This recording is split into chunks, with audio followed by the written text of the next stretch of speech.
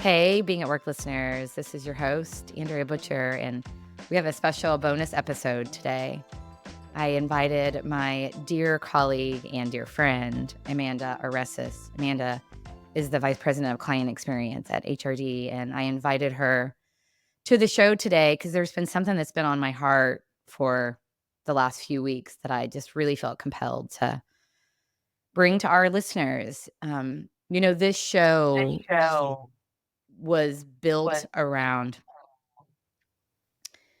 bringing stories to life that highlight our humanness at work, which is why we call the show Being at Work, quite appropriately. And so, what I love about this forum is that the daily doses and the guest episodes all highlight our humanity and the challenges and the tensions and the emotions and all the stuff that we bring into our workday.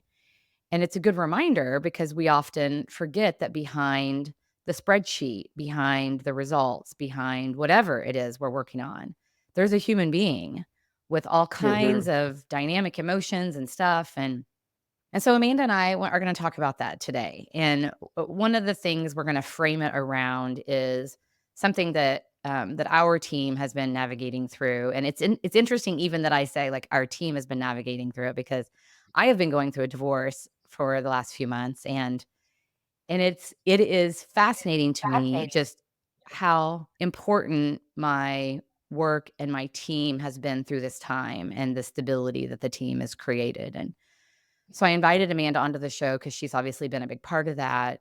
She also knows me and my heart so well, and so I trust her completely to bring our intention to life in a helpful way that provides good leadership lessons. So, Amanda, thank you for being here. Thank you for having me.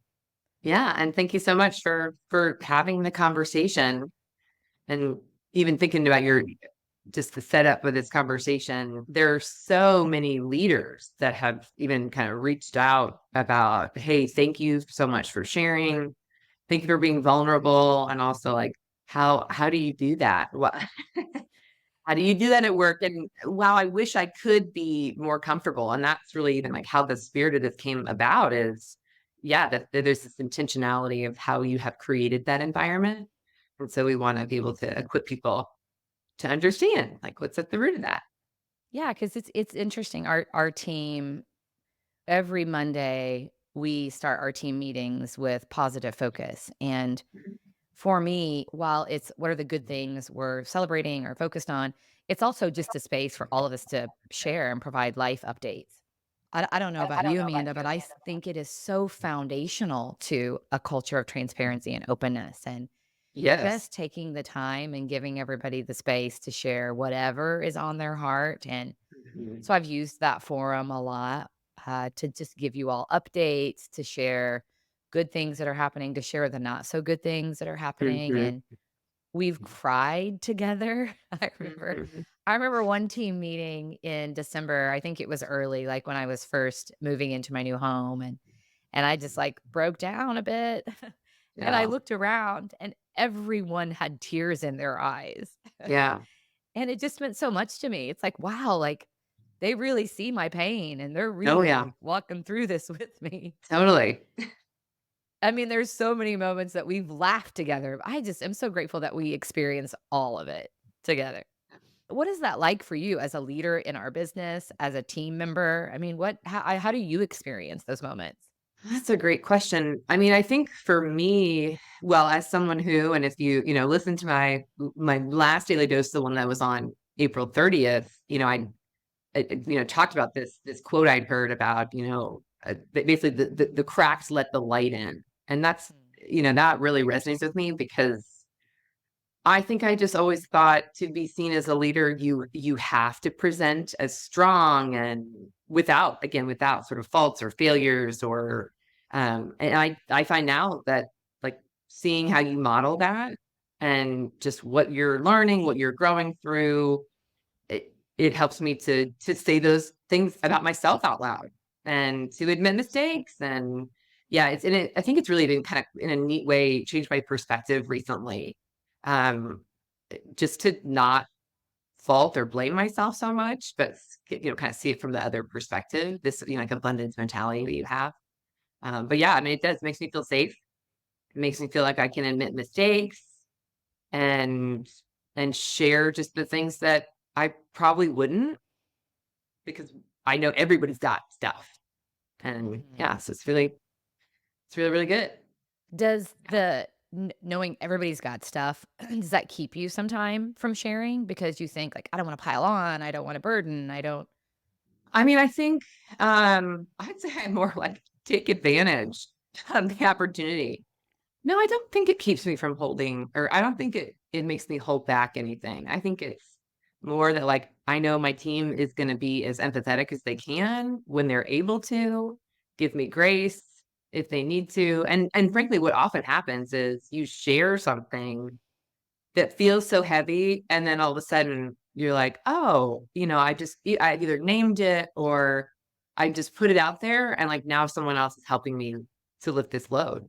Yeah, it's like it's this we're in it together, and all of a sudden then, okay, we're sharing the load, and it feels so much better. Yeah.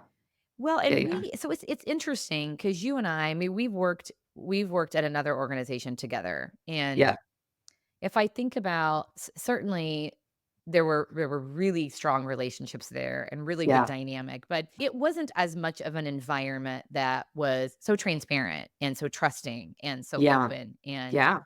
how have we created that? Like as you think about, because you've been at HRD now for several years, and how have we created that? Like, what do you attribute that to? Well, it's interesting. I was actually talking with someone about this yesterday. I mean, number 1, it has to be really intentional. And I know we use that word, so let me just, like, kinda dig in a little bit more to that. We know we have to build trust because we are such a high performing and fast moving team. Mm. Like I'll always tell whenever someone joins my team, I'll say like, as so like we are a feedback culture. I will be constantly giving you feedback. And part of that is because I want to build trust with you. And also I don't ever want to wait if there's something that we need to do to redirect. And I think that's a big part of it. Like we just know to perform at the level that we want to, we have to trust each other. We have to, beyond just assuming positive intention, I think we have to be, yeah, it's such a high level of trust. Yeah, and being willing in the moment to say, like, "I'm struggling with this. This doesn't Yeah, feel good. I'm not in absolutely. a great place." I mean, Right. I think with that trust, it comes naturally a lot of openness and transparency. Mhm. Yeah, I agree with that. And it's a great question too, because you've led a lot of teams. And why do you feel so comfortable sharing with the team? And is it just this team or other teams? Like what may have been the difference? Yeah, I mean, that's the question I'm really exploring right now. Because I do no doubt that there are people in your life that create more like space and safety, I'll say, to be Mhm. vulnerable, to let your guard down, to take your armor off. But I also think that is the individual work of each leader is to peel back the layers and to be Yeah. willing to say, I'm struggling here. And it's kind of, I don't know what comes first, the chicken or the egg. Is it the environment or the person? Or I am finding in all aspects of my life, like I am being really honest about what's happening with me. Yeah, And for sure. the more I do that, the more connection I have, the better I feel.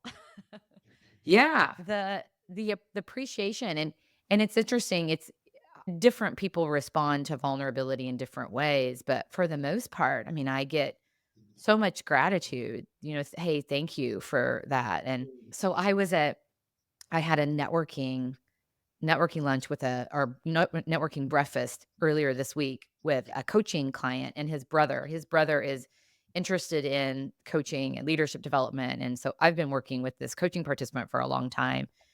And so he said, "Hey, my brother's in town. I'd love to do a networking coffee. Would you mind joining us?" So it was great. So these two guys, like probably 60-year-old guys. And one's a coaching participant, but I think so much of my history, I mean, for me, I have definitely in those dynamics where I am working with older men particularly like older white men, there's a power dynamic, and Sure. I get tripped up. I have gotten tripped up. Fortunately, I've noticed that for the last several years and am really working to just be grounded in who I am and not Mhm. to get knocked off my game by a silly comment or a power Sure. driven ego comment, right? And so I was aware of that going into this meeting, and I was feeling a little bit of that, and we were talking about life and what was happening in our lives, and I referenced my house in Carmel, and the coaching participant said, "Oh, I thought you lived in Westfield." And I said, "No, I moved recently." And, "Oh my gosh, I didn't know you moved. And what drove that?" And so I was like, "Well, actually, I'm going through a divorce right now." And I could tell they were both kind of like, "Oh gosh, like that's uncomfortable. Like we don't want to talk about that." And so I Right. skipped over it and I just kept going. Like I love my new house and I'm loving my new space. And after I finished talking about the new house and the location and how much I loved it, the brother actually said, "Hey, I just wanna stop for a second and tell you I'm so sorry that you're going Mm, through a divorce right now." And he, like, created space for it, and mm. I got teary and said, like, "Yeah, it's been really hard." And just his being so genuine in the way Yeah, he said it, that's I great. felt it. Oh, Well, so sure. then about an hour into the conversation, so we got off of that. We talked about that for a few minutes, but we got off of that. And an hour into the conversation, my coaching participant was sharing that a colleague of his is leaving and had given him this little plaque. And he showed me a picture and he got teary. Aw. And he said, "This is what we do." He's like, "You get teary, I get teary. This is what we do." And I So good. loved that. I'm like, Yeah. "Yes, Yeah. we are human beings." And of Yeah. course, right next to all of the work stuff are emotions. Yeah. My favorite quote from the Barbie movie is when lawyer Barbie says, like, "I'm comfortable holding both emotion and logic at Absolutely. the Yeah. same time. And it doesn't That diminish me, it makes me stronger." yeah. I love it that I can sit there with 2 Yeah. guys and I can cry and express some Mhm. sadness Mhm. and then talk about the great work that we're doing. Yeah. Like It's that great. that makes me stronger. It's great. So it's a great question that you ask. I mean, I think a big part of it is just the environment helps to foster it, but it's also my work of telling the truth about what's Yeah. going on within me. Yeah. And that takes courage. It does. Takes a lot of courage. What do you think even that, all this sharing, how is that for you? What's the impact it had for you as a leader? Oh my gosh, I feel like it's all been for me. It has Mm. been so cathartic. It has Yeah. it has been a place to process, and because I've gotten affirmation, I've gotten challenge, I've gotten support, I've gotten what I've needed because I'm sharing, and it's honest. Yeah.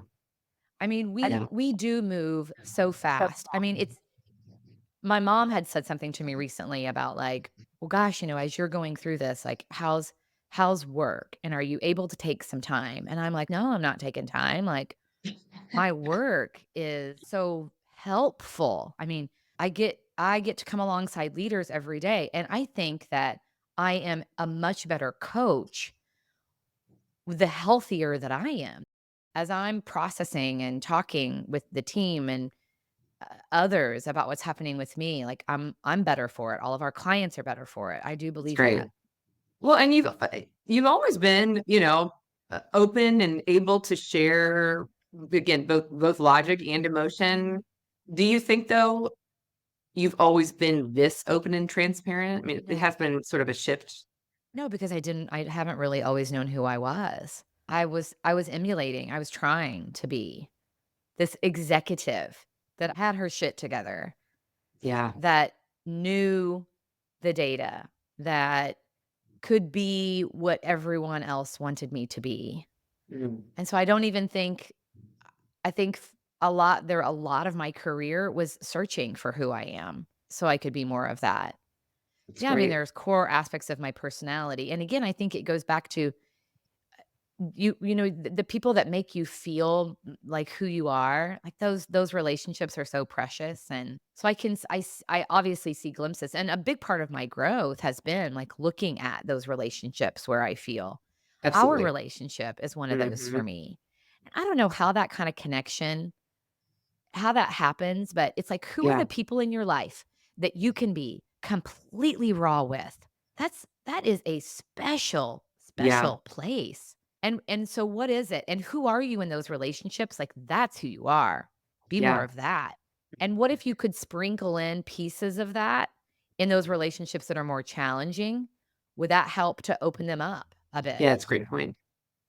Yeah, I feel What like I've what are really your thoughts on seen that? you like you say searching, I almost and that probably is what it feels like from you from a someone watching it happen. It's like evaluating constantly about, what is this relate to your point? What is this relationship giving me or how do I feel? Am I being my most authentic self? And if so, yes to that, let me even like create a pattern of these are people I spend more time with, like I think like sisterhood project, right?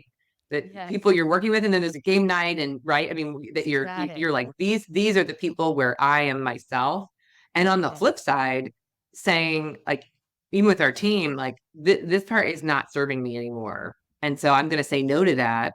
And I think sometimes because our life and work are so integrated, yeah, even like certain connections, like you can have that great connection, with your coaching client and his brother because you've said no to another connection that is not serving you right now.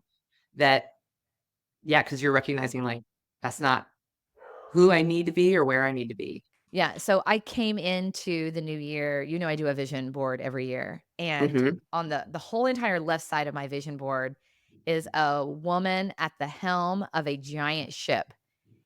And it is a great metaphor for me because I'm being very, to your point about like what are the relationships that are serving me. If it doesn't, like, you're off the ship. Yeah. And I'm very clear about the direction. Hmm. And you know this, Amanda. I mean, it is at the heart of why I have exited this marriage. And Yeah. I've been very intentional about exiting in a way that honors my next entrance and honors him and other relationships. Yeah. But at the heart of it, for whatever reason, and I for a couple of years, like, worked so hard to figure this out, and I may never know the answer, but for whatever reason, I did not feel comfortable being completely authentic and being myself in that Yeah. relationship, and I just couldn't do it anymore. Yeah. I just it didn't feel like a safe place for me to say whatever I want to say, and those are the Yeah. kind of relationships I'm creating. Yeah. You mentioned a sisterhood project, and my dear friend Jennifer Chapman, who's a part of that, she knew I had a couple of coffee dates recently, and so she was messaging me this morning like, "How did that go?" And Hmm. I was just like, so off the cuff responding to her with like all the things, and That's great. it just felt so nice. Like, I know there's like never any judgment there. Yeah. I don't have to position my feelings, my thoughts, and those are the kinds of relationships that I'm really honoring right now. That's great. Is like, I just wanna be able to say the thing. What have you needed from the team throughout this time? Like what support have we given you and what of that has been helpful? Yeah, it's such a great question because I think that's the key thing we want leaders to take away from this is remembering that everyone's going through stuff. It is because I've used the word cathartic, Hmm. and the workplace can be such a safe place for people to process their stuff.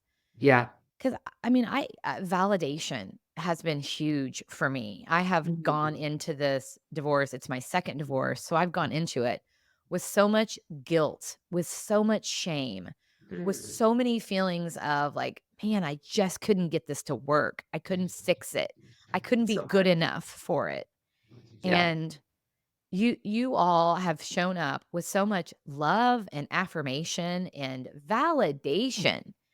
'Cause, it's interesting, our team is very different, right? We have team Yeah. members who've never been married, who I know are looking at me learning through this. We have team members Yeah.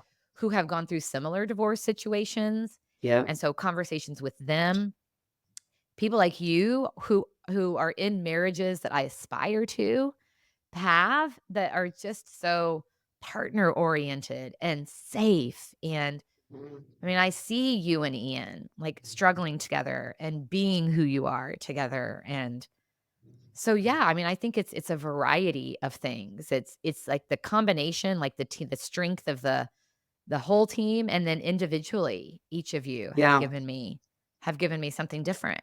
Yeah. That's really, really great. You did mention earlier this conversation with your mom, and you and your mom are super close. Gio, we know her, we love her so much. I'm curious what, and because I'm 100%, she listens to the podcast, she has read your book, and I mean, and what's her response when, like, what's it like for other people? And it could be beyond even your mom, but like other parts of your life that you do share so much about what's going on, about people they know, stories they're probably a part of. Like, what do you think it's like for them? Yeah, it's so interesting. I wish our listeners could see my face right now because it's kind of like, "Beep." Well, because, as you're telling your truth, others can be very uncomfortable with that Yeah, for certain, particularly these historical relationships where you've always been good. I mean, my sure. family has always counted on me. I'm always the one that gets the like, so and so struggling. Can you give him a call? So my family has relied on me to always be good because Andrea's always good. You don't have to worry about Mhm. Andrea. So when Yeah, Andrea isn't so good, it can make people really uncomfortable. And my mom's default is to look on the bright side. And yeah, I called when I left. So in December, just before I moved out of our house, Robert and I had done a counseling session, an intensive counseling session. And I left it early, knowing that, like, okay, that's the best thing for me to do. yeah, And so I went to the airport to get an earlier flight home, and I was in the bathtub the night before my flight, and I was crying. I hadn't talked to anyone since I'd left therapy, and I was so sad and feeling mm, so down. And I knew that my parents were gonna wanna know, like, "How was it going?" And I was getting some texts, like, sure, "Everything like, are you guys working through it?" And so here I was, like, in the bathtub sobbing, and so I called my mom and dad, and I asked my mom answered, and I said, "Please put dad on speaker with you because he's a good balancing force for her." sure, And I told them where I was, that I was leaving, that I felt like it was the best thing for me. And she paused for a minute and then she said, "Well, and the beat goes on." And I'm thinking, like, well, maybe for you, but right now the beat is not going on. Like, the yeah, beat is being beaten. And I am yeah, so sad. And but it's so that gives you a sense of her. Like, for sure. she has no doubt she is also an Enneagram 7, and so sitting in pain is not easy for her. She wants me to be okay, and I'm her daughter, Yeah, and I have a daughter, and I get that. So to your question, my vulnerability, and has been hard for people. It was hard in my marriage because for the first several yeah, years, I was great all the time. And then yeah, I was on this truth journey, and my sharing created a lot of tension that did not feel good. And I mentioned earlier, I want to honor him. And even it's a bit risky, right? Jumping on the feed and telling these things. And I am always very thoughtful about, am I honoring him through this? Because here's the thing, Amanda, he has not done anything but be who he is. yeah, And so I want to make sure, like, our listeners know, I am not blaming, I am not pointing fingers. Like, yeah, it is a dynamic that the two of us created, and yeah, it was dysfunctional and it was hard. And I have chosen to step away from it because this yeah, is not what I want for my life. But he is a wonderful man and is on his own journey and is on his own path. And I will root for him for the rest of my life. And yeah, so I think it's important, to make sure when I'm sharing that it's not about anyone else, that it is mhm, about what's happening within me, because mhm, that I can own really confidently. yeah. It's interesting. I think also about Mason, you are so close with Mason, your daughter. And it's interesting. as I hear some of the words that you're using, it very much is as if like she has been a model for what you are doing right now. I hear you often like complimenting her growth and her like leaning into the hard stuff, and she's going through something, and she knows the only way through is through. And it's interesting to hear the confidence that you have and feel like it's so similar to, like, as I say, like what she has modeled in the past couple of years.